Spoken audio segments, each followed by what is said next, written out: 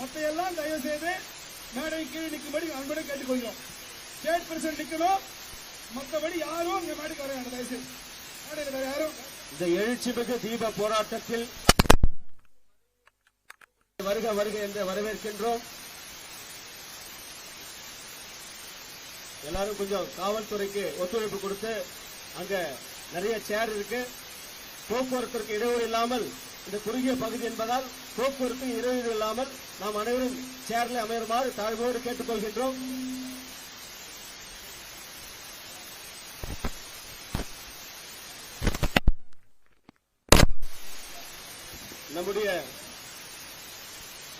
நம்முடைய மரியாதைக்குரிய அண்ணாமலைஜி அவர்களுக்கு முருக பக்தர் சார்பாக முருகன்ஜி அவர்கள் பொன்னாடை போற்றி வரவேற்கிறார்கள்.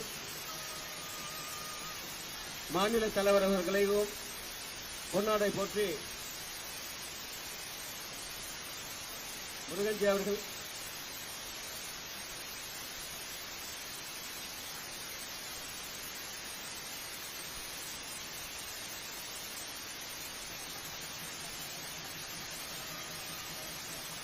வெற்றிவேல் முருகனுக்கு, வீரவேல் முருகனுக்கு.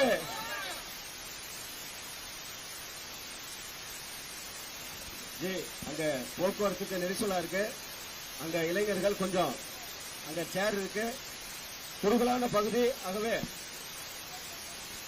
நம்ம எல்லாரும் கொஞ்சம் காவல்துறைக்கு ஒத்துழைப்பு கொடுக்கணும், போக்குவரத்துக்கு ஒத்துழைப்பு கொடுக்கணும். அனைவரும் சேர்ல அமையுமாறு தாழ்மையோடு கேட்டுக்கொள்கின்றேன்.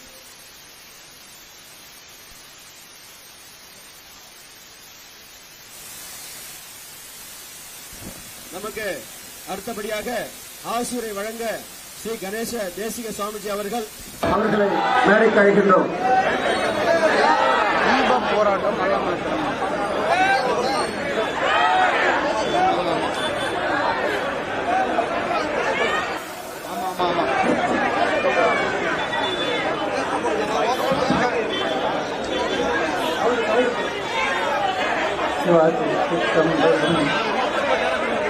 மண்ணில் நல்லவன் நம் வாழலாம் வழிகளும் எண்ணில் நல்லதற்கு யாரும் குறையில்லை கண்ணில் நல்லதுடும் கழுமண வளனதற் பெண்ணில் நல்லாலும் பெருந்ததை இருந்ததே.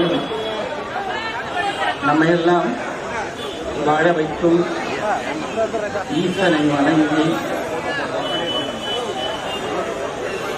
இந்த மாபெரும் ஆர்ப்பாட்டம் இங்கே ஏற்பாடு செய்யப்பட்டுள்ளது. திருப்பரங்குன்றம் தீபத்தூணில் தீபம் ஏற்றல் கோரி தீப போராட்டம். அதாவது நமது நாட்டில் நாம தீபம் ஏற்ற போராட்டம் பண்ண வேண்டியிருக்கு. தீபத்தை வேற நாட்டில் போய் ஏற்ற முடியுமா? அந்த தீபத்தை பத்தி யாருக்கு என்ன தெரியும்? ஆனா இங்க காலையில் எழுந்ததிலிருந்து நாம காலையிலேயே தீபம் ஏற்றிதான் வீட்டுக்குள்ளே போவோம். ஆனா நாம இங்க தீபம் ஏற்றுறதுக்கு போராட்டம் பண்ண வேண்டியிருக்கு. அதுபோல இன்னைக்கு இந்த விழா நடைபெறுகின்ற நாள் மார்கழி 1, முருகனுக்கு உகந்த செவ்வாய்க்கிழமை, நரசிம்மருடைய நட்சத்திரம் என்று. இப்போ ஒரு தீவிரவாதியை அடிப்பதற்கு நரசிம்ம அவதாரம் எடுத்தார். பெரிய பிரகலாதனுக்காக அவர் அந்த நரசிம்ம அவதாரம் எடுத்து அடித்தது இன்று அவருடைய நட்சத்திரம். அதுபோல முருகனுக்கு உகந்த செவ்வாய்க்கிழமை.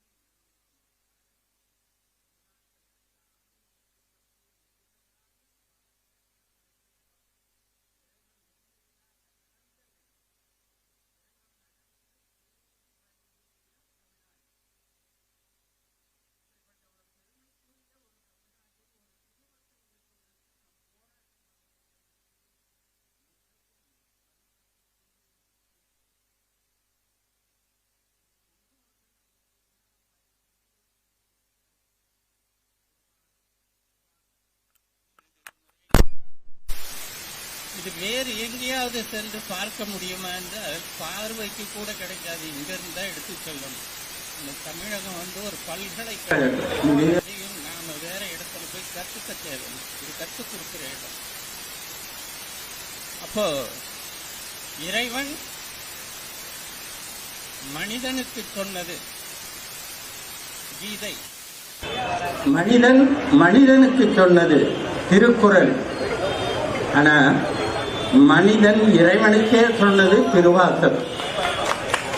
இப்படி பெருமை வாய்ந்த ஒரு இடத்தில் நாம் எல்லாம் இருக்கிறோம். எல்லா இடத்திலையும் அருளாளர்கள் இருப்பார்கள். நாம மட்டும்தான் உலகத்திலே கடவுளை வணங்குபவர்கள். கடவுளை வணங்குவதற்கு ஒரே நாடு இந்திய நாடு தான். இதெல்லாம் அருளாளர்கள், அவர்களை குறை சொல்லக்கூடாது. அதுபோல் நம்ம கிட்ட ஆயிரம் அருளாளர்கள் இருக்காங்க. அப்படித்தான் கடவுள் அப்படின்னு ஒருத்தரை வணங்குறோம்னா அது நம்ம இந்திய நாட்டில் தான் கடவுளை வணங்குறோம். நாம் கடவுள் என்பவர் யார்? ஒரு குடும்ப தலைவர் மரணம் அடையாம இருந்தா அந்த குடும்பத்தை காப்பாற்றலாம். இப்ப கடவுள் என்பவர் இறந்து விடுவார் என்றால் இந்த உலகத்தை காப்பாற்ற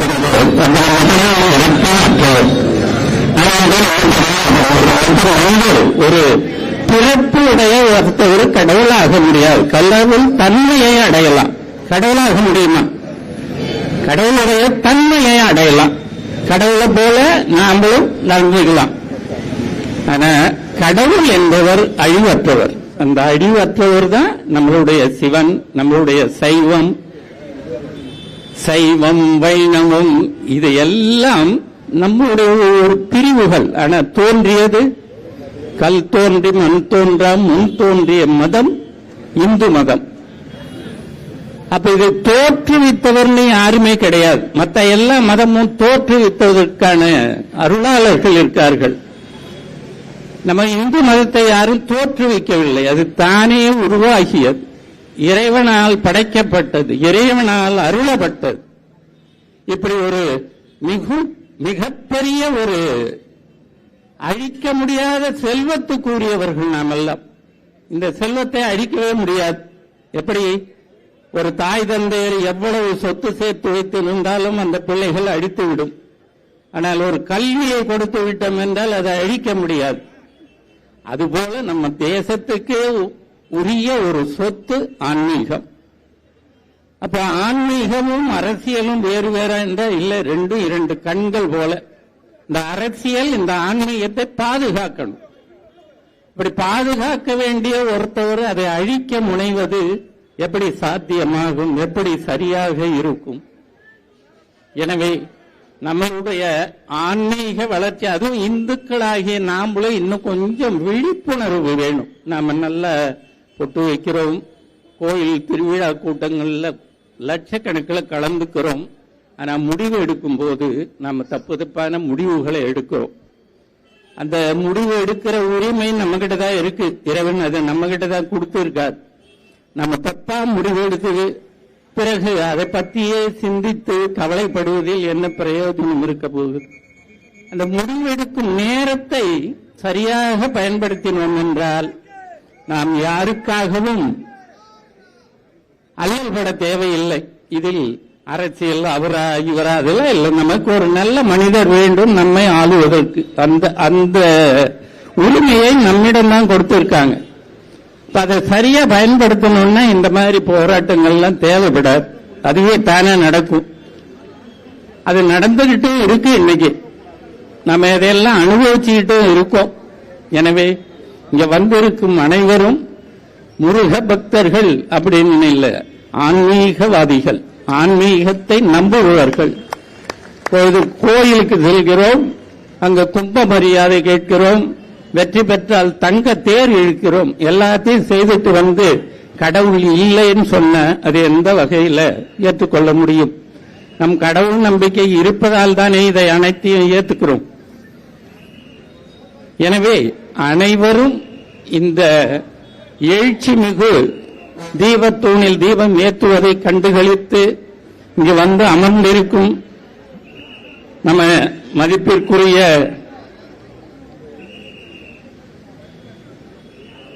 மோகன்குமார் அவர்கள், லட்சுமி நாராயணன் அவர்கள், அரவிந்தன், ஞானகுரு, ராமலிங்கம் ஐயா மாநில தலைவர், ஸ்ரீ சனில்குமார் மதிப்பிற்குரிய தனது அனைத்து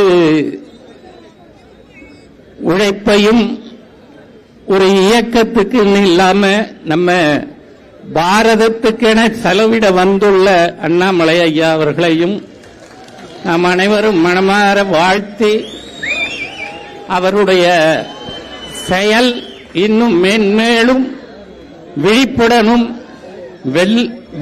வெல்லத்தக்க வகையிலும் நடைபெற வேண்டும் என்று இறைவனை பிரார்த்தனை செய்து வாழ்த்துகிறேன். நன்றி, வணக்கம். வெற்றிவேல் முருகனுக்கு, வீரவேல் முருகனுக்கு.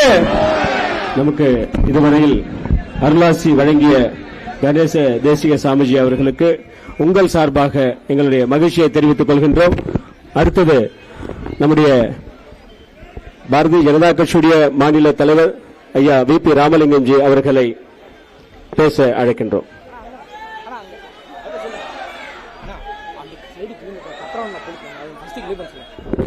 காவல்துறைக்கு ஒத்துழைப்பு கொடுக்கணும். கொஞ்சம் நம்ம அந்த பகுதியில் பஸ் வருது, கொஞ்சம் குறுகலான பகுதி, கொஞ்சம் இளைஞர்கள் எல்லாருமே அங்க நிறைய சேர் இருக்கு, நம்ம கொஞ்சம் வழி விடணும். போக்குவரத்துக்கு நிறைய இடம் இருக்கக்கூடாது.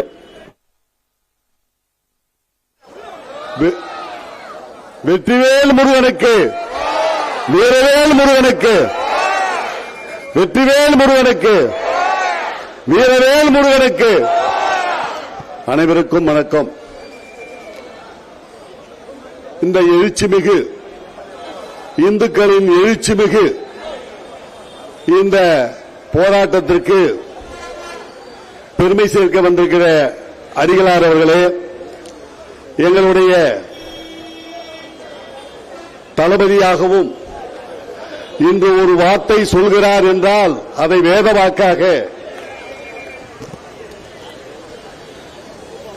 வட தமிழக செயலாளர் எங்களுடைய ஸ்ரீலஸ்ரீ ஞானகுரு ஐயா அவர்களே, வரவேற்புரை நிகழ்த்திய எங்களுடைய மாநில பொதுச் செயலாளர் லட்சுமி நாராயணன்ஜி அவர்களே, முன்னிலை வகித்திருக்கின்ற மாவட்ட தலைவர் RSS அரவிந்தன்ஜி அவர்களே, ஆசி உரை வழங்கிய ஸ்ரீலஸ்ரீ கணேச தேசிக சுவாமிகள் சிதம்பரேஸ்வர திருமடம் திருமங்கலம் அவர்களே, கண்டன உரை நடத்த இருக்கிற எங்களுடைய இந்து முன்னணி தலைவர் சனில்குமார்ஜி அவர்களே, கண்டன உரையினுடைய சிறப்பு செய்ய வந்திருக்கிற எங்களுடைய போற்றுதலுக்கும் பாராட்டுதலும் உடைய அண்ணாமலைஜி அவர்களே, தீபம் ஏற்ற வந்திருக்கிற எங்களுடைய அன்பு சகோதரன் குணசேகரன்ஜி அவர்களே, நன்றி உரை செலுத்த வந்திருக்கிற செல்வம்ஜி அவர்களே, மேடையிலே வீற்றிருக்கின்ற முன்னாள் இந்நாள் சட்டமன்ற உறுப்பினர்களே, எதிரே வீற்றிருக்கின்ற தமிழ் கடவுள் முருகனின் பேராதரவு பெற்ற அன்பு சொந்தங்களே, உங்களை அரோகரா, வெற்றிவேல் முருகனுக்கு அரோகரா. எங்கும் இந்த நாமம் ஒலித்துக் கொண்டே இருக்கிறது. நீங்கள் நினைத்து இதை தடுத்துவிட முடியாது.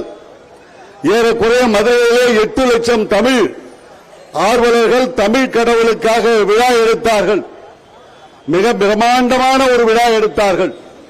அந்த அற்புத கடவுளின் அருளாசியோடு நாம் ஒரு தெய்வீக வேள்வியை இங்கு எழுப்பியிருக்கிறோம். நாம் எதற்காக இங்கு கூடியிருக்கிறோம்? சொத்து வேண்டும் என்பதற்காகவா? சுகம் வேண்டும் என்பதற்காகவா? இல்லை. நம்மளுடைய ஒரு இந்து தேசத்திலே ஒரு இந்துக்களின் ஒரு தமிழ் கடவுளை வழிபடுவதற்கு இந்த திராவிட மாடலுடைய அரசுகள் செய்யும் அட்டூழியத்தை மக்கள் கண்டு பொறுக்காமல் இங்கு ஒன்று கூடியிருக்கிறார்கள். இவர்களை எல்லாம் நாம் என்ன கேட்கிறோம்?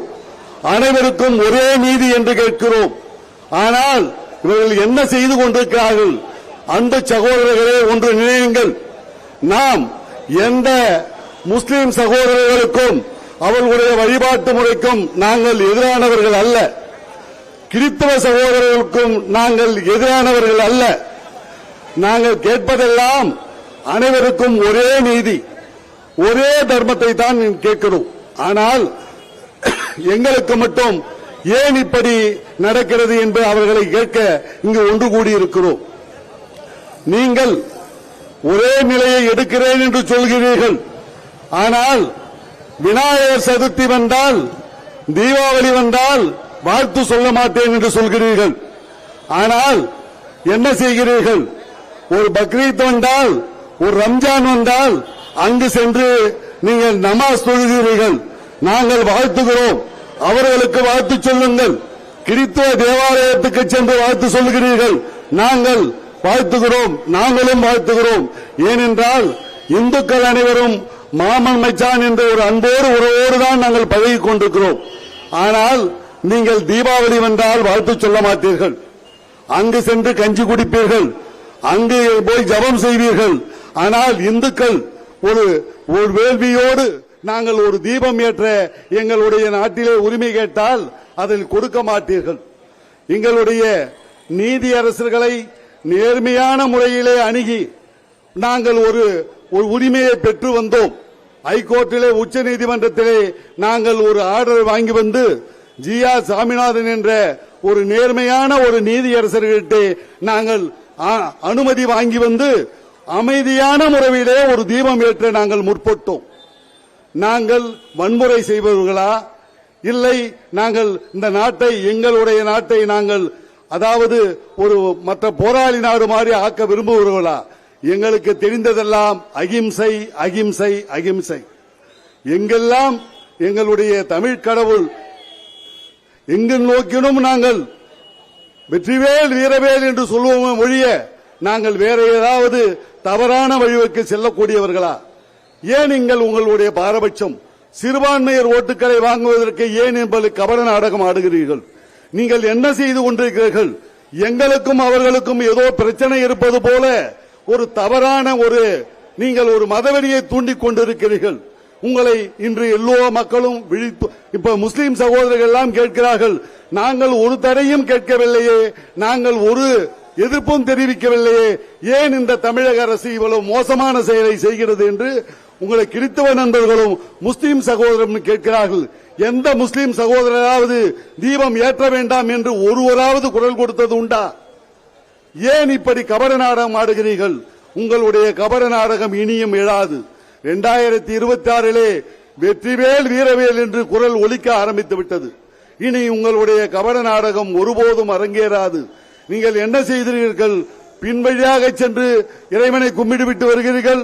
ஆனால் வெளியிலே வந்து நீங்கள் உங்கள் குடும்பம் மட்டும் நல்லா இருக்கணும்னு நினைக்கிறீங்க. ஆனால் மற்றவர்களுக்கெல்லாம் நீங்கள் தவறான போதனைகளை செய்து கொண்டிருக்கிறீர்கள். உங்களுக்கு தெரியும், தமிழக முதல்வருடைய மனைவி எத்தனை இடத்தில் எல்லாம் போய் இந்த சிலைகளை பிரதிஷ்டை பண்ணி கொண்டு வந்திருக்கிறார் என்பது யூடியூப்ல போய் பாருங்க அன்பு சகோதரர்களே. ஆனால் அவளுடைய கபட நாடகம் எல்லாம் நம்மளுடைய பார்க்கும்போது நெற்றியில என்ன அடிபட்டு விட்டதா என்று குங்குமத்தை பார்த்து கேட்கிறார்கள். ஆனால் நீங்கள் துர்கா ஸ்டாலின் வழிபடும் முறையை பாருங்கள். ஏன் இந்த பொய்யான நீங்களுடைய இந்த செயல்களை எல்லாம் செய்து கொண்டிருக்கிறீர்கள்? நாங்கள் அனைவரும் இந்துக்கள் என்ற உணர்வோடு, இந்தியன் என்ற உணர்வோடு, நாங்கள் அனைவரும் ஒற்றுமையோடு இந்து முஸ்லீம் கிறிஸ்டின் உணர்வோடு ஒன்றாக நாங்கள் செயல்பட்டுக் கொண்டிருக்கிறோம். ஆகையால் நீங்கள் இவர்களுடைய கபட நாடகத்தை புரிந்து கொண்டு இவருடைய ஒரு உண்மையான இந்துக்களின் ஓட்டுகளை வாங்கி நம்மளுடைய புதுவையிலே பாராளுமன்ற வேட்பாளராக நின்ற வைத்திலிங்கத்தை நாம் வெற்றி பெற செய்து அனுப்பினோம். ஆனால் அவர்கள் செய்வது எல்லாம் என்ன?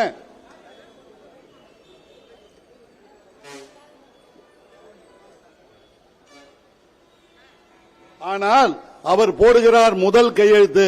ஏனென்றால் ஒரு நீதியரசர் நேர்மையான முறையிலே நம் தீபம் ஏற்றுவதற்கு அனுமதி அளித்ததால் அவரை கண்டிப்பாக அவரை பதவி நீக்கம் செய்ய வேண்டும் என்று சொல்கிறார். ஏன் நாங்கள் கேட்கிறோம், நாங்கள் இந்துக்கள் ஓட்டுகள் வேண்டாம் என்று இன்று அரசியலில் நிற்க முடியுமா? தைரியம் இருந்தால் இந்துக்கள் ஓட்டு வேண்டாம் என்று சொல்லிவிட்டு நீங்கள் அரசியலை களம் காணுங்கள். அன்புள்ள சகோதர சகோதரிகளே, நீங்கள் இவருடைய கபட வேடத்தை புரிந்து கொள்ளுங்கள்.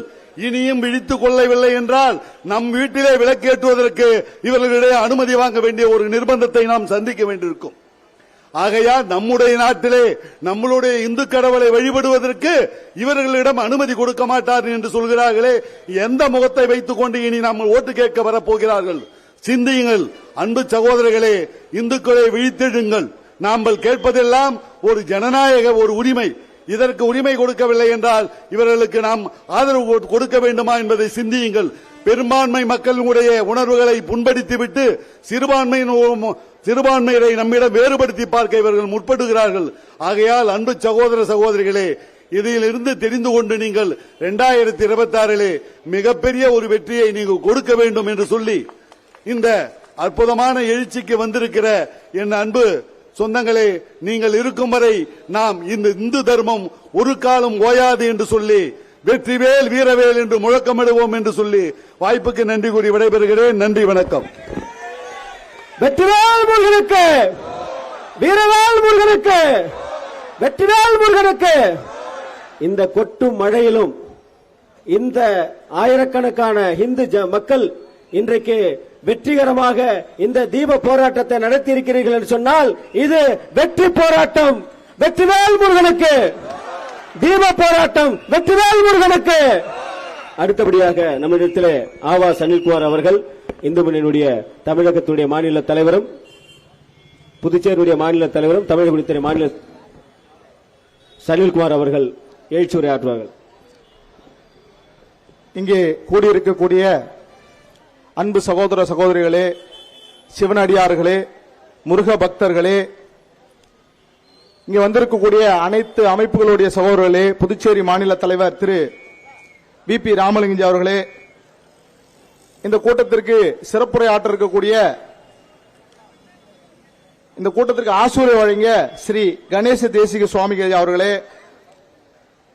இந்த கூட்டத்திற்கு பின்னாடி தீபத்தூணை ஏற்றி வைக்கக்கூடிய திரு குணசேகரன்ஜி அவர்களே, இந்த கூட்டத்தில் அமர்ந்திருக்கக்கூடிய சட்டமன்ற உறுப்பினர்களே, பரிவார இயக்கத்தை சார்ந்த அனைத்து சகோதரர்களே, இந்த கூட்டத்திற்கு கண்டன உரையை ஆற்ற வந்திருக்கக்கூடிய எழுச்சி நாயகன் திரு அண்ணாமலைஜி அவர்களே, உங்கள் அனைவருக்கும் எனது பணிவான வணக்கங்களை தெரிவித்துக் கொண்டு எனது குலதெய்வமான அன்னை புவனேஸ்வரி தேவி நம்மை அனைவரும் காக்கட்டும் என்று பிரார்த்தித்துக் கொண்டு, இந்து முன்னணியானது இந்த திருப்பரங்குன்றம் போராட்டத்திற்காக தமிழகத்தில் 5 லட்சம் பேரை திரட்டி அரோகரா கோஷம் போட வைத்தது. ஆனா அப்போது கூட இந்த திமுக அரசுக்கு புரியவில்லை. 5 லட்சம் மக்கள் திரண்டு ஒன்றாக திரண்டு அரோகரா கோஷம் போட்டார்கள், நம்மளை வீட்டுக்கு இதே கோஷத்தை போட்டு அனுப்புவார்கள் என்று அந்த திமுக அரசுக்கு புரியவில்லை. இன்னும் அனுபவித்துக் கொண்டிருக்கிறது. ஆனா இங்க இருக்கக்கூடிய காங்கிரஸ் எம்பி மிகவும் பாரம்பரியம் வாய்ந்தவர். அவருக்கு புதுச்சேரியுடைய வரலாறு தெரியும். புதுச்சேரியில் இருக்கக்கூடிய கிட்டத்தட்ட 225 ஆண்டுகளுக்கு முன்னாடி 5000 சங்கிகள் ஒன்னா சேர்ந்த பூமி. நாங்க இந்த ஊரை விட்டு போறோம்னு சொல்லிட்டு இன்னைக்கு இருக்கக்கூடிய அஜந்தா தியேட்டர் வாயில் இருக்கு இல்லையா, அது சென்னை பட்டணம் வாயில் சொல்லுவாங்க. அந்த வாயில்ல போயிட்டு நிக்கிறாங்க. யாரு? அந்த கவர்னரை எதிர்த்து பிரான்சுவா மார்த்தேன் சொல்லிட்டு ஒரு கவர்னர். அந்த கவர்னர் ஒரு சட்டம் இயற்றாரு. இங்க தீபம் ஏற்றக்கூடாது, இங்க விளக்கேற்ற கூடாது, இங்க வழிபடக்கூடாது, மணி அடிக்க கூடாதுன்னு சொல்லிட்டு ஒரு தீபம் ஏற்ற கூடாதுன்னு சொல்லிட்டு தடை விதிக்கிறாரு. அந்த கவர்னருக்கு கண்டனத்தை தெரிவிச்சது அன்னைக்கு வாழக்கூடிய மக்கள் வெறும் 5000 பேர் தான். அந்த 5000 பேரை மூட்டை முடிச்ச கட்டுக்கொண்டு சென்னை பட்டண வாயில நின்னாங்க. அப்படியாப்பட்ட மக்களா இந்த வைத்திலிங்கத்துக்கு மூட்டை கட்டி அனுப்ப மாட்டாங்க? சொல்லுங்க, கட்டுவமா மாட்டோமா? முதல் கையெழுத்து பாண்டிச்சேரிக்கு எவ்வளவு அசிங்கத்தை ஏற்படுத்திட்டு வந்திருக்காரு ஐயா. அதுக்காக உங்களை ஓட்டு போட்டு நாங்க தேர்ந்தெடுத்து அனுப்பிச்சோம். அதுக்காக இந்த பக்தியா இருந்த நாங்க உனக்கு அதுக்காக ஓட்டு போட்டோம். அங்க போயிட்டு பாண்டிச்சேரி அசிங்கப்படுத்துக்க ஓட்டு போட்டோம். பாண்டிச்சேரியை வளர்ச்சி கொடுத்து இதுவரை வாய திறந்திருப்பீங்களா? அங்க பார்லிமெண்ட்டுக்கு போயிட்டு பார்லிமெண்ட்ல போயிட்டு மக்களோட வளர்ச்சிக்காக ஏதாவது பேசியிருப்பீங்களா? ஒரு துப்பம் கிடையாது. இங்க போயிட்டு உட்கார்ந்துட்டு உங்களுடைய பாரம்பரியம் எனக்கு தெரியும். நீங்க நல்லா உண்மையாலுமே விபூதியெல்லாம் வச்சுட்டு வரீங்க. ஒரு சேர்வாரு கூட என்ன சொல்லுவாங்களே, எதோட சேர்ந்தா சேர் அடிக்கும் சொல்லுவாங்களே, அந்த மாதிரி சேர்ந்து போயிட்டு நீங்க நல்ல ஒரு உண்மையாலுமே உங்க பேர்ல எனக்கு தனிப்பட்ட மரியாதை இருக்கு.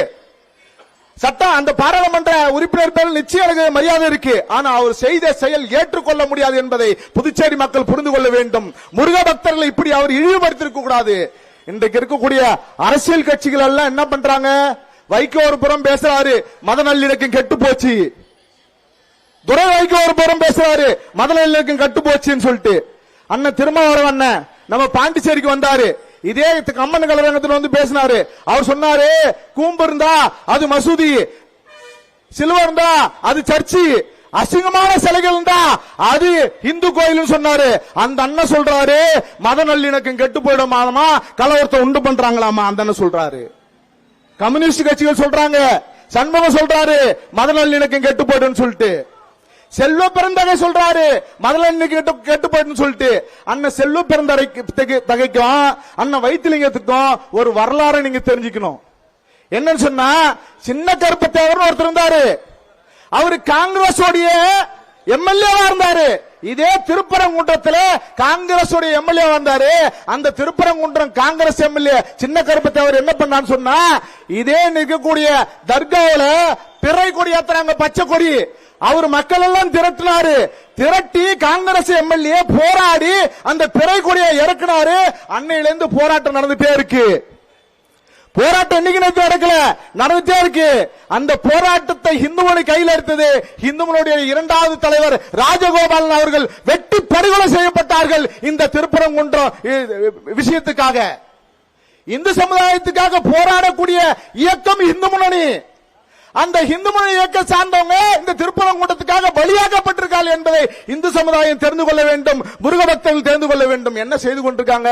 இந்த மத நல்லிணக்கம் மத நல்லிணக்கம் பேசிட்டு இந்துக்கு ஏதாவது பிரச்சனைன்னா, இந்துக்களுக்கு ஏதாவது ஒரு ஆபத்துன்னு சொன்னா ஒருத்தவங்களும் வாய் திறக்க மாட்டாங்க.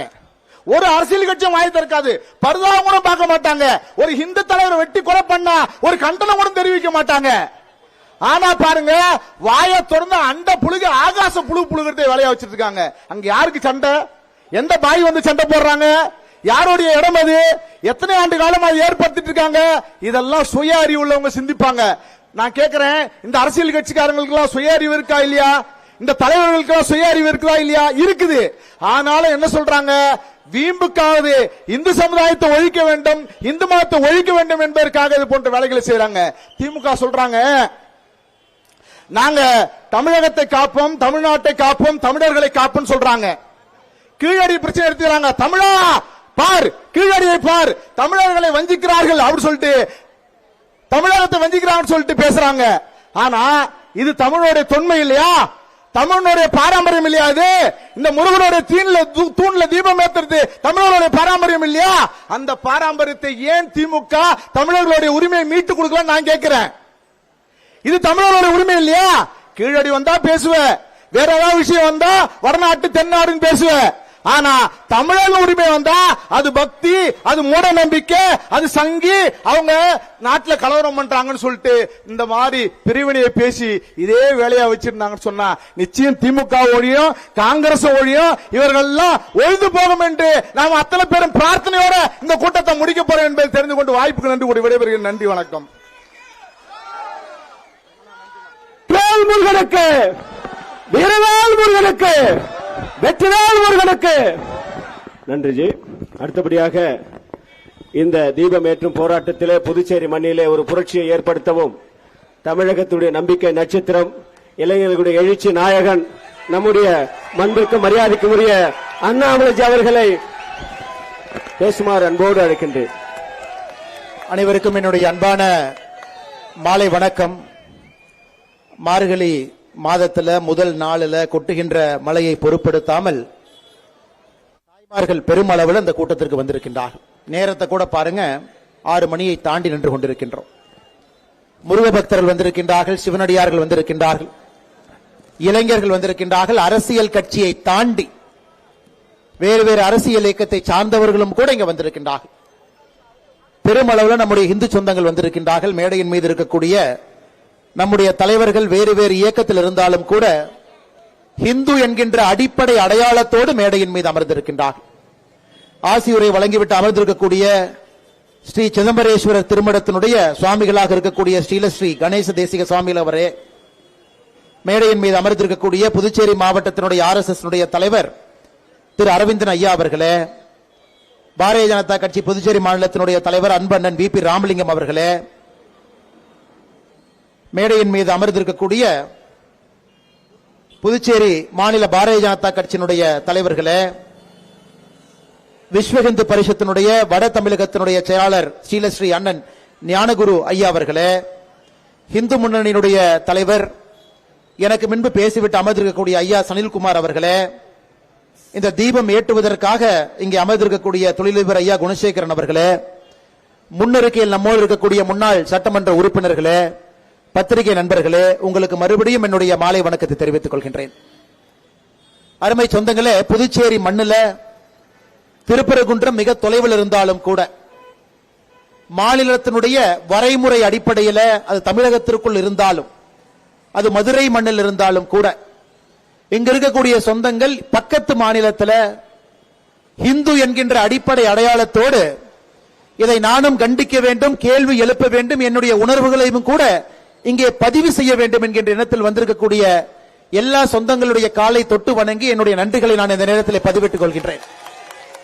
அதே நேரத்தில் எனக்கு முன்பு பேசுற அண்ணன் சனில்குமார் அவர்கள் சொன்னார், மாற்றுக் கட்சி நண்பர்களாக இருந்தாலும் கூட அரசியல் இலக்கணம் வேறாக இருந்தாலும் கூட இன்று பார்லிமெண்ட்ல லோக்சபாவில் 120 பாராளுமன்ற உறுப்பினர்கள் இந்த திருப்பரங்குன்றத்தில் டிசம்பர் 1ஆம் தேதி தீபத்தை ஏற்ற வேண்டும் என்று நீதி கொடுத்திருக்கக்கூடிய நீதியரசர் திரு GR சுவாமிநாதன் அவர்களை பதவியிலிருந்து இறக்க வேண்டும் என்று கையெழுத்து 120 பாராளுமன்ற உறுப்பினர்கள் போட்டிருக்கின்றார்கள். அந்த 120 பேரும் இந்தி கூட்டணியை சார்ந்தவர்கள். அந்த 120 பேரும் தமிழகத்தில் இருக்கக்கூடிய திராவிட முன்னேற்ற கழகத்திலிருந்து அகில இந்திய கட்சியாக இருக்கக்கூடிய காங்கிரஸ் கட்சி, திருமாவளவன் அவர்களுடைய கட்சி, கம்யூனிஸ்ட் கட்சி, மகாராஷ்டிராவில் பாலசேப் தாக்கரே அவர்கள் எப்படிப்பட்ட ஒரு மகான், அவருடைய மகன் நடத்தக்கூடிய இன்று பிரச்சனையில் இருக்கக்கூடிய சிவசேனா கட்சி, திரிணாமுல் காங்கிரஸ் கட்சி, சமாஜ்வாடி கட்சி, இது போன்ற எல்லா கட்சிகள் இருக்கக்கூடிய 120 பேர் கையெழுத்து போட்டிருக்கிறாங்க.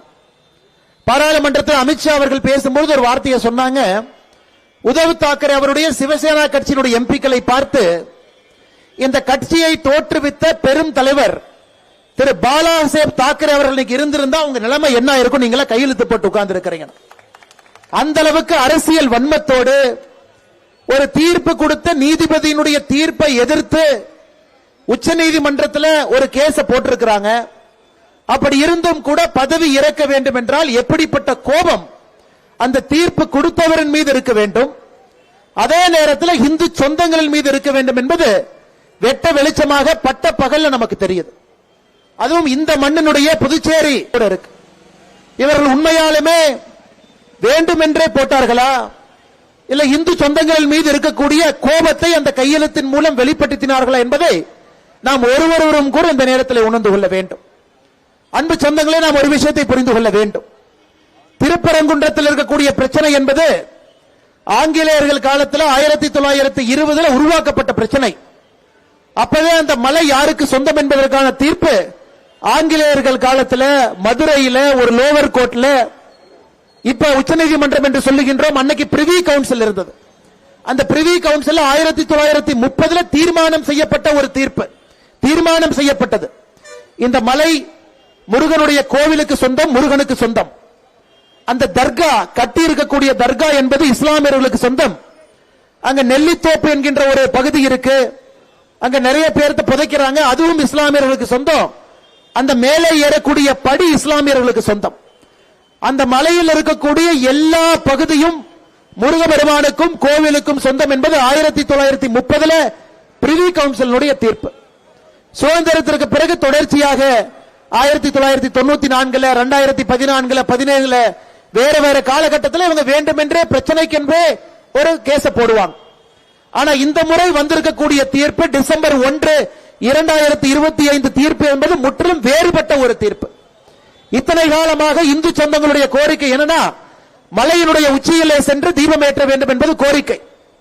ஆனா இந்த தீர்ப்பில் GR சுவாமிநாதன் அவர்கள் சொல்லியிருப்பது, மலையினுடைய உச்சியிலே தீபம் ஏற்ற வேண்டிய அவசியம் இல்லை. உச்சியில தர்கா இருக்கு, அந்த உச்சிக்கு கீழே 50 மீட்டர் கீழே தீபத்தூண் இருக்கிறது. அந்த தீபத்தூணிலே தீபம் ஏற்ற வேண்டும் என்று இந்த பெட்டிஷன் போட்டிருக்கக்கூடிய ஒரு 6 பேர் கேட்டிருக்கிறாங்க. அவங்க கேட்டதுல எந்த விதமான தவறும் இல்லை. இத்தனை ஆண்டு காலமாக இன்னைக்கு காங்கிரஸ் எம்பி புதுச்சேரியில் பொய் சொல்றார். அவர் பத்திரிகையாளர் சந்திப்பு நான் பார்த்தேன். யாருமே மலையினுடைய உச்சியில தர்காவில் போய் தீபம் ஏற்ற வேண்டும் என்றும் யாரும் கேட்கவில்லை.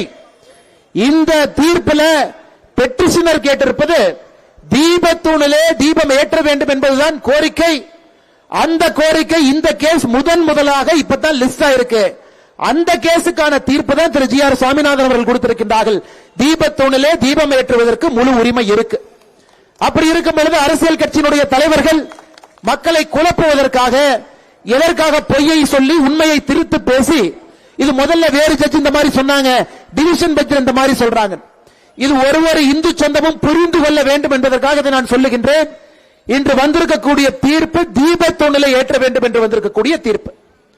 தீபத்தூண் யாருக்கு சொந்தம்? தீபத்தூண் எல்லோருக்குமே தெரியும், அது முருகனுக்கு சொந்தம். அங்க இருக்கக்கூடிய திருப்பரங்குன்றம் கோயிலுக்கு சொந்தம். திருப்பரங்குன்றம் கோயிலை யார் நிர்வகிக்கிறாங்க? இந்து அறநிலைத்துறை, தமிழகத்தில் இருக்கக்கூடிய இந்த அறநிலைத்துறை, அரசு கட்டுப்பாட்டில் இருக்கக்கூடிய இந்த அறநிலைத்துறை நிர்வகிக்கிறாங்க. எந்த பிரச்சனையும் கிடையாது. நீதிபதியினுடைய உத்தரவு என்ன? அறநிலைத்துறை சார்பாக உங்க கட்டுப்பாட்டில் கோயிலுக்கு சொந்தமான இடத்தில் இருக்கக்கூடிய தீபத்தூணில தீபத்தை ஏற்ற வேண்டும் என்பது நீதிபதியினுடைய ஆர்டர். எதுவுமே தவறு இல்லைங்களே. தீபத்தூண் கோயிலுக்கு சொந்தம், தவறில்லை. கோவில் இந்த அறநிலைத்துறை அவங்க நிர்வகிக்கிறாங்க சட்டத்தின்படி. அப்ப நீதிபதி இந்த அறநிலைத்துறை சொல்றாங்க நீ போய் தீபம் ஏத்து. இதுல ஆச்சரியம் என்னன்னாங்க, டிசம்பர் 1ஆம் தேதி தீர்ப்பு கொடுத்த பிறகு இஸ்லாமிய தர்காவில் இருக்கிறவங்க அப்பீல் போகல. 2ஆம் தேதி அப்பீல் போகலீங்க. 2ஆம் தேதி அப்பீல் போன ஒரே ஒரு நபர் யாருன்னா அந்த இந்து அறநிலைத்துறை அந்த கோவிலினுடைய செயலாளர் அப்பீலுக்கு போறாரு. இந்த தீர்ப்பு தவறு. அப்ப நாம் எல்லாரும் திராவிட முன்னேற்ற கழகத்தினுடைய அரசை கேட்கிறோம், எதுக்குங்கய்யா இந்த அறநிலைத்துறை வச்சிருக்கிறீங்க? இந்து சொத்துக்களை பாதுகாப்பதற்கு, இந்து கோவிலை பாதுகாப்பதற்கு, அதாவது உங்க வேலை. எதற்கு செயல் அலுவலருக்கு, எக்ஸிகியூட்டிவ் ஆபீசருக்கு மக்கள் வரி பணத்தில் மாசம் 1ஆம் தேதி சம்பளம் அக்கவுண்ட்ல எதுக்கு போடுற? கோவிலை நிர்வகிப்பதற்கு, இந்து சொத்துக்களை பார்ப்பதற்கு. அப்படி இருக்கும்போது அந்த கோவிலுடைய செயல் அலுவலர் எதற்காக மதுரை உயர்நீதிமன்றத்தினுடைய கிளையில 2ஆம் தேதி எதுக்கு அப்பீல் போறாரு? தர்காக்காரங்க அப்பீல் வரல, இஸ்லாமியர் அப்பீல் வரல. அப்படி உனக்கு ஓட்டு பிச்சை எடுக்கணும். திராவிட முன்னேற்ற கழகத்தினுடைய அரசுக்கு சிறுபான்மையினுடைய ஓட்டை பிச்சை எடுக்க வேண்டும் என்பதற்காக கொடுக்கப்பட்ட தீர்ப்பை எதிர்த்து இஸ்லாமியரே போகல, கோவிலுடைய செயல் அலுவலர் கோயிலை பாதுகாக்க வேண்டிய போறாரு. ஐயோ அது பிரச்சனைங்க, இந்த தீர்ப்பை நான் எதிர்க்கிறேன். இதிலிருந்து நாம் எல்லோரும் புரிந்து கொள்ள வேண்டும், நம்மை ஆளுகின்ற ஆட்சியாளர்கள் எப்படி இருக்கின்றார்கள், அவங்களுடைய மனநிலை எப்படி இருக்கு, யாருடைய வாக்கு வங்கியை குறிவைப்பதற்காக எதற்காக இந்து சொந்தங்களுடைய மனதை புண்படுத்துகின்றார்கள் என்பதை நாம் புரிந்து கொள்ள வேண்டும். அன்பு சொந்தங்களே, நம்ம இதோடு நிப்பாட்ட போறது இல்லைங்க. இன்னும் நாம நல்லா புரிஞ்சுக்கணும். இதே கோவில்ல ஜனவரி மாசம் இது சிக்கந்தர் மலை என்று இஸ்லாமியர்கள் சொன்னார். சிக்கந்தர் மலை என்று சொன்ன பொழுது கோர்ட்டுக்கு யாரு முதல்ல போயிருக்கணுங்க? இந்து அறநிலைத்துறையுடைய செயலர் போயிருக்கணும். ஐயா இது ஆங்கிலேயர்கள் காலத்திலே முடிவு செய்யப்பட்டது, இது திருப்பரங்குன்ற மலை, இது கோவிலுக்கு சொந்தம் என்பது பிரிவி கவுன்சில் முடிவு பண்ணிட்டாங்க. அவர் தானே போயிருக்கணும். அவர் போகல. கோவில்ல மாமிசம் சாப்பிடலாம், அசைவ உணவு சாப்பிடலாம்.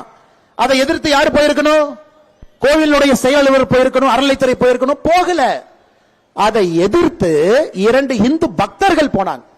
இது சிக்கந்தர் மலை கிடையாதுங்க ஐயா, கந்தர் மலை. போனது யாருங்க? இந்து பக்தர். இந்த கோவில்ல அசைவ உணவு சாப்பிடக்கூடாது, அதை எதிர்த்து போனது இந்து பக்தர்.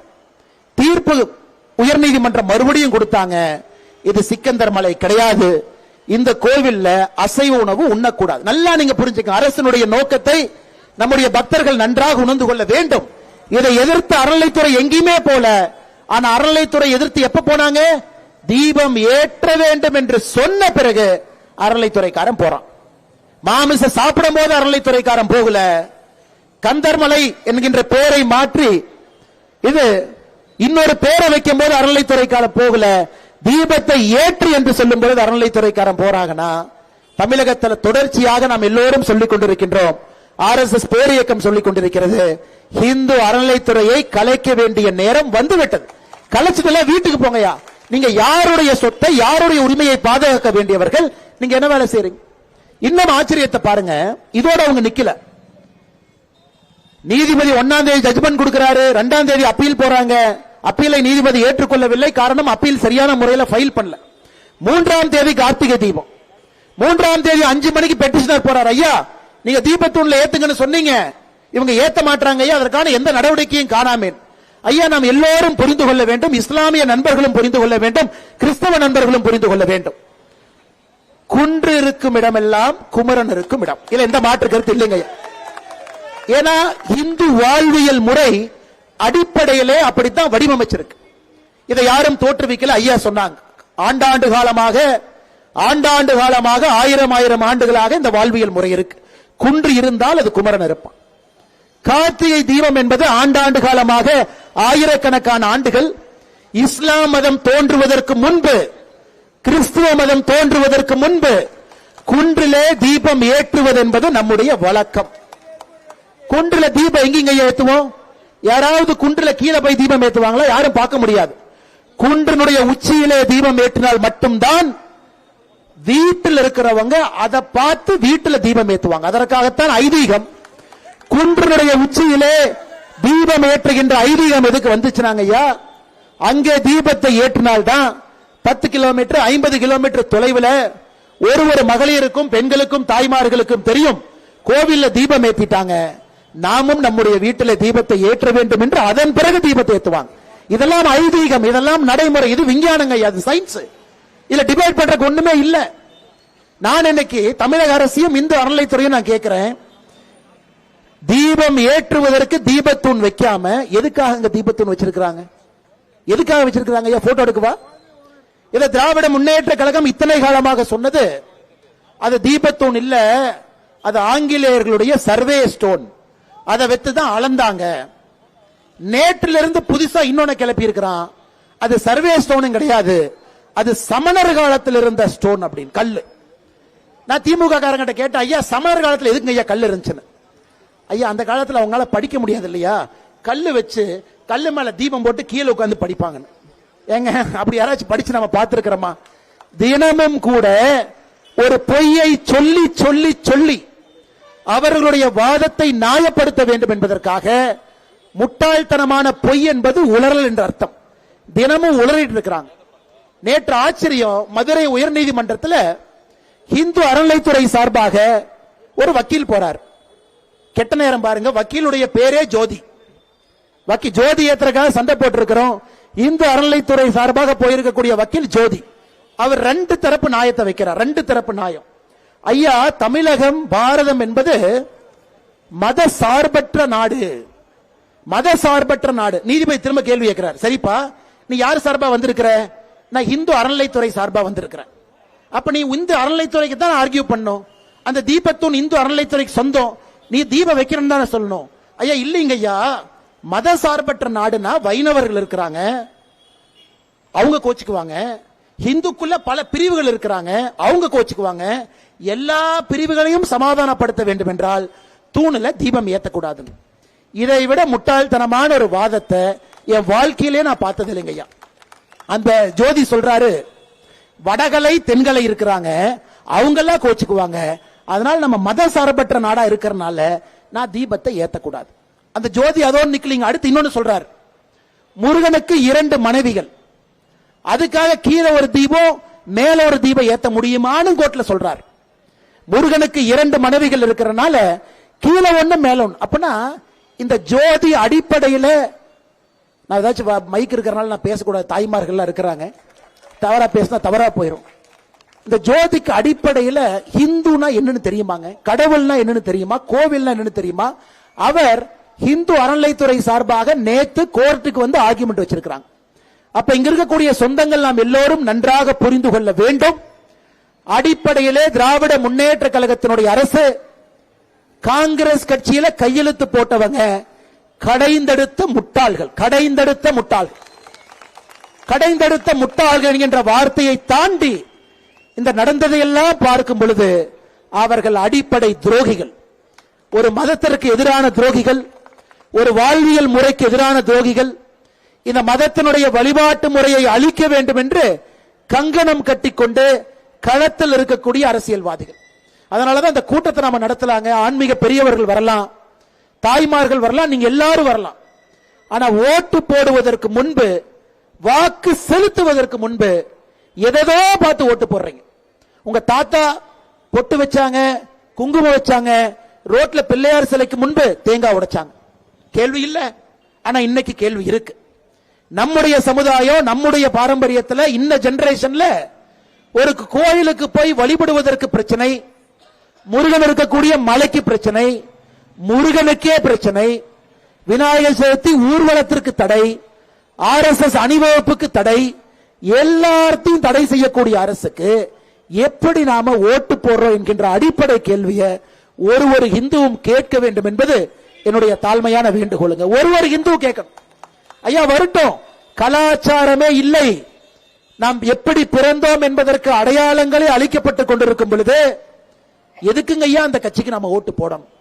அதனால் இந்த 2026 தேர்தலை பொறுத்தவரை ஐயா பார்லிமெண்ட்ல அது போகாது, அந்த நோட்டீஸை எடுக்க மாட்டாங்க. காரணம், 120 பேர் கையெழுத்து போடலாம், 100 பேர் கையெழுத்து போட்டா சபாநாயகர் அவர்கள் நோட்டீஸை பெற்றுக்கொள்ள வேண்டும் என்கின்ற விதி, அதை வாங்கிக்குவாங்க. ஜெயிப்பதற்கு அவங்ககிட்ட ஓட்டு இல்ல. இந்த பக்கம் இந்து எம்பிக்கள், இந்து தர்மத்தை நம்பக்கூடிய எம்பிக்கள், இந்து வாழ்வியல் முறையை நம்பக்கூடிய எம்பிக்கள், இவங்க 120 தான். ஆனா அந்த பக்கம் 400 பேர் இருக்கிறாங்க. 543ல 120 தான். அது எந்த காலத்திலும் இல்ல. ஆனா எதற்காக இந்த 120 பேர் கையெழுத்து போட்டிருப்பாங்க? நான் ஒரு திமுக எம்பி கிட்ட கேட்டேன், இந்த கையெழுத்து போட்ட ஒரு எம்பி கிட்ட, எதுக்குன்னே கையெழுத்து போட்டீங்க? விமான நிலையத்தில் எங்கிட்ட மாட்டினார், டெல்லி விமான நிலையத்தில். அவர் சொன்னாரு, பிரதர் இதெல்லாம் கண்டுக்காதீங்க பிரதர், இந்த மைனாரிட்டி ஓட்டு கொஞ்சம் விஜய் எல்லாம் வந்ததுக்கு அப்புறம் இந்த பக்கம் அந்த பக்கம் எல்லாம் போற மாதிரி இருக்கு. நாங்க இந்த மாதிரி டிராமா கீமா பண்ணி 100% எங்க பக்கம் வச்சுக்கிட்டா தான் கொஞ்சம் 1 ஓட்டு 2 ஓட்டுனாச்சும் வர முடியும். யோ, நீ அரசியல் திட்டத்தை போட்டுக்க, நீ ரூம்குள்ள என்னவோ போட்டுக்க, உனக்கு மைனாரிட்டி ஓட்டு வேணுமா நீ போட்டுக்க, உனக்கு விஜய் வேணுமா வச்சுக்க, வேண்டாட்டி வீடு, அது உன் பிரச்சனை.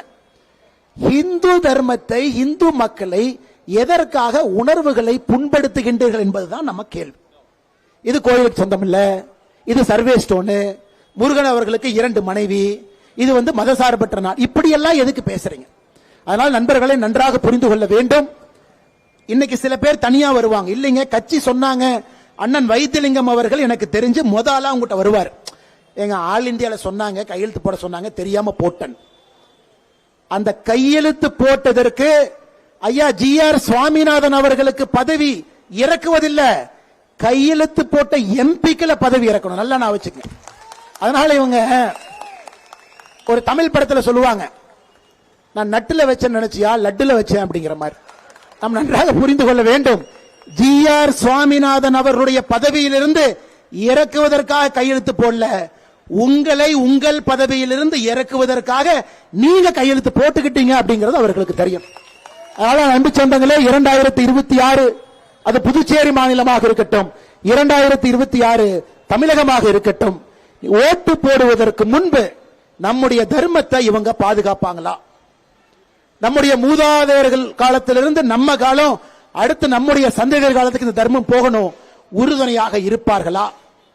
உச்ச நீதிமன்றத்தினுடைய தீர்ப்பையே உங்களுக்கு மதிக்க தெரியல, சாதாரண மனிதன் நானும் நீங்களும் போகும்போது நம்மளை மதிப்பாங்களா? அதனால தமிழ்நாட்டில் பாத்தீங்கன்னா அண்ணன் KKSSR இருக்காருங்க, அமைச்சர். ஒரு பெண்ணு பெட்டிஷன் கொடுத்தாங்கன்னா அந்த பெட்டிஷனை மடிச்சு டம்னு தலையில் அடிப்பார். இன்னொரு அண்ணன் பொன்முடி இருக்காரு, மேடையில் ஏறி மைக் எடுத்து, இல்ல ஓசியில தானே பஸ்ல போனீங்க, ஓசி தானே அப்படிம்பார். இன்னொரு அமைச்சர் மேடையில, இந்த மேடையில எத்தனை பேர் SC சமுதாயம் கை தூக்குங்க, SC சமுதாயம் கை தூக்குங்க, ஜாதியை கொச்சைப்படுத்தி இன்னொரு அமைச்சர் பேசுவாங்க. இவர்கள் யாருக்குமே மன்னிப்பு கிடையாது. ஜாதியை வச்சு நம்மளை பிரிக்கிறவங்க, ஒரு செயலுக்காக போனோம்னா நம்ம தரைய டம்னு தட்டுறவங்க. நன்றாக புரிந்து கொள்ள வேண்டும், இவர்களுக்கு மன்னிப்பு இல்லை. புதுச்சேரியினுடைய எம்பிக்கு மன்னிப்பு இல்லை. புதுச்சேரியினுடைய எம்பி 2029 வீட்டுக்கு அனுப்புங்க. தமிழகத்தினுடைய அரசு 2026 வீட்டுக்கு அனுப்புங்க. புதுச்சேரியில் நிற்கக்கூடிய எந்த எம்எல்ஏவும் இந்து தர்மத்துக்கு எதிராக பேசியிருக்கின்றார்கள், செயல்பட்டிருக்கின்றார்கள், குரல் கொடுத்திருக்கின்றார்கள், கையெழுத்து போட்டது மட்டும் இல்லைங்க, கையெழுத்து போடுற இடத்துல நின்ன அப்படின்னாலும் தூக்கிடுங்க. கல்லு கடையில கல்லு குடிப்பது முக்கியம் இல்ல, மரத்துக்கு கீழே நின்னினாலும் தூக்குவன். தமிழ்நாட்டில் கல்லு குடிங்கன்னு நாம சொல்றோம், டாஸ்மார்க்கை மூடிவிட்டு கல்லை குடிக்க வேண்டும் என்று சொல்லுகின்றோம். குற்றம்னா பக்கத்துல போய் நின்னினாலும் குற்றம்ங்கிற அளவுக்கு உங்களுடைய தண்டனை இருக்கணும்.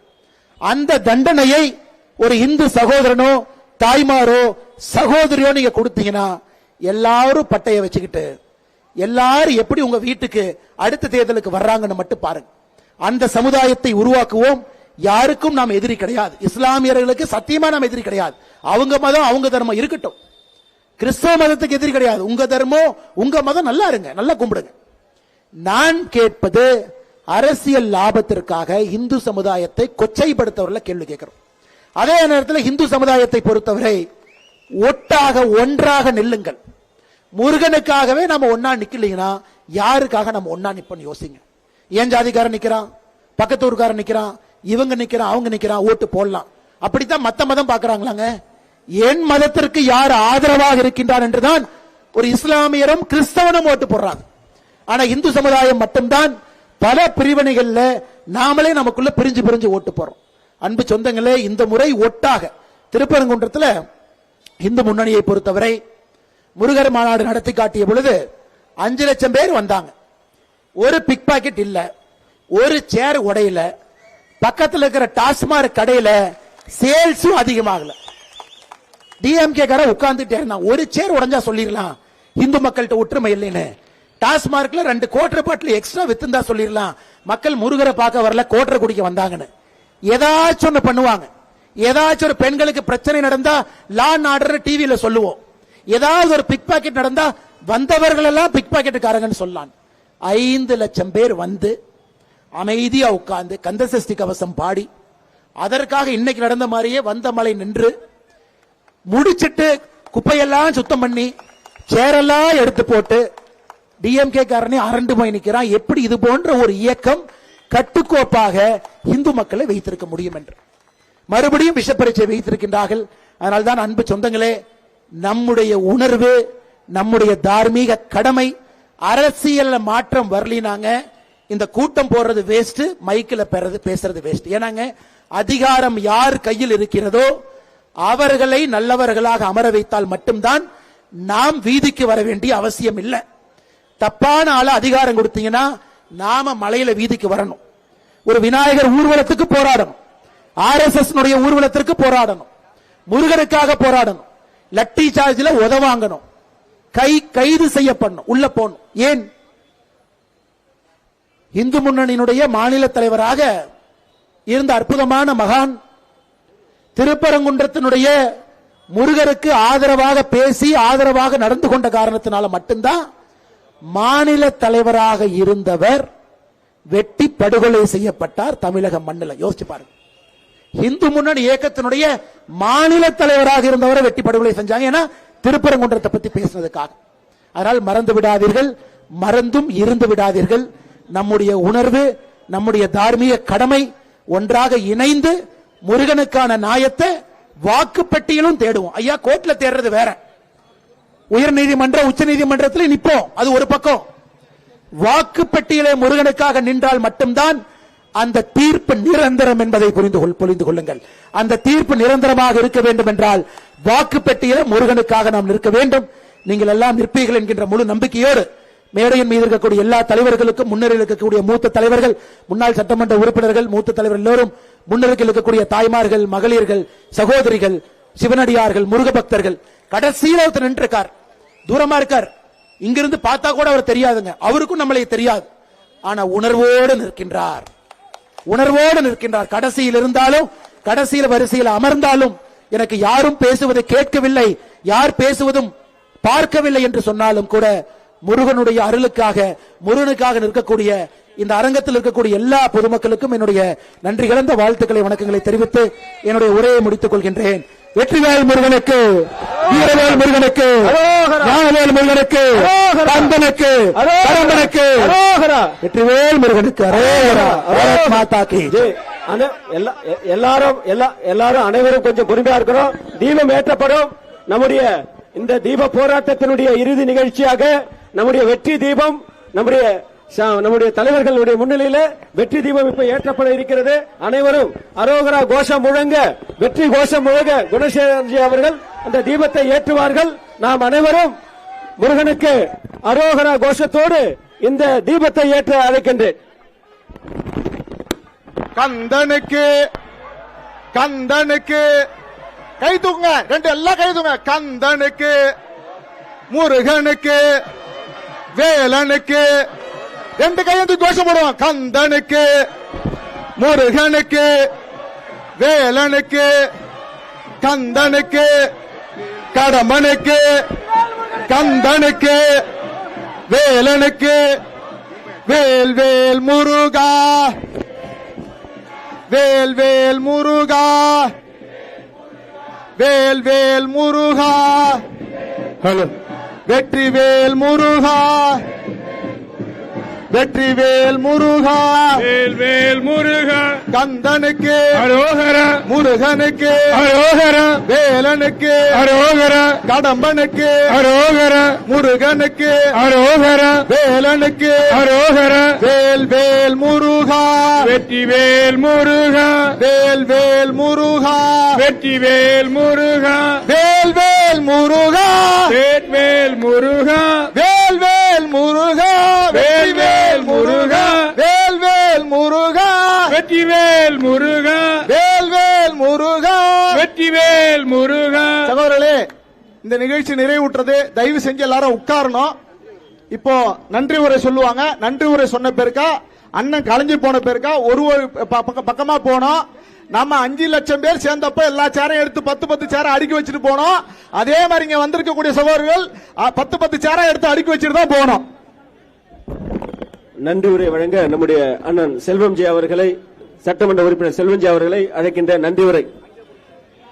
திருப்பரங்குன்றம் தீப போராட்டத்திற்கு வருகை தந்து இங்கே சிறப்பித்த அத்தனை முருக பக்தர்களுக்கும் பொதுமக்களுக்கும் இந்து சொந்தங்களுக்கும் நன்றியை தெரிவிப்பதோடு இந்த நிகழ்ச்சியில் கலந்து கொள்வதற்காக வருகை தந்திருக்கக்கூடிய தமிழ் மாநிலத்தின் முன்னாள் தலைவர் IPS திரு அண்ணாமலைஜி அவர்களுக்கும் நன்றியை தெரிவித்துக் கொண்டு இங்கே வருகை தந்த அவர்களுக்கு மீண்டும் ஒரு முறை நன்றியை தெரிவித்துக் கொண்டு பாரத் மாதா கி, பாரத் மாதா கி, வெற்றிவேல் முருகனுக்கு, வீரவேல் முருகனுக்கு, வெற்றிவேல் முருகனுக்கு, வீரவேல் முருகனுக்கு, அரோகரா, அரோகரா, அரோகரா.